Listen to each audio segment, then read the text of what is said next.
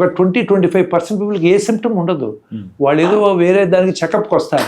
ఇంతకుముందు heart attack వచ్చిందా అని అడుగుతాం మేము. అదేంటండి శుభ్రంగా ఉన్నా నాకు హార్ట్ అటాక్ అంటారు. హార్ట్ దెబ్బతిని ఉంటుంది అనమాట. వీటిని సైలెంట్ హార్ట్ అటాక్స్ అంటాం. ఎస్పెషల్లీ షుగర్ ఉన్న వాళ్ళకి, ఇటువంటి వాళ్ళకి అలాంటివి వస్తూ ఉంటాయి. సో అందుకని ఏంటంటే సస్పిషన్ ఇస్ ద కీ అండి. Suspicion is the key.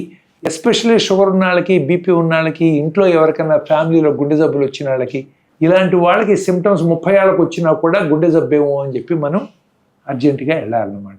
అందుకని ఇదని కాదు, ఇలాంటి వాటిలో ఏ సిమ్టమ్ వచ్చినా 30-35 ఏళ్ళు దాటిన తర్వాత ముందు బాగున్నాము, ఏదో ఆయాసంగా ఉంది, చెస్ట్ డిస్కంఫర్ట్ ఉంది, ఫస్ట్ మీరు గుండె జబ్బు కాదు అని అనిపించుకున్న తర్వాతే మిగతా ట్రీట్మెంట్లు ఇద్దాం. మెడ్ ప్లస్ లో అదే మెడిసిన్, అదే క్వాలిటీ, మార్కెటింగ్, డిస్ట్రిబ్యూషన్, ఇంకోటి అంటూ వీళ్ళకి అదనపు ఛార్జీలు ఉండవు. అందువల్లే 50-80% డిస్కౌంట్ లో మనకు అందిస్తున్నారు.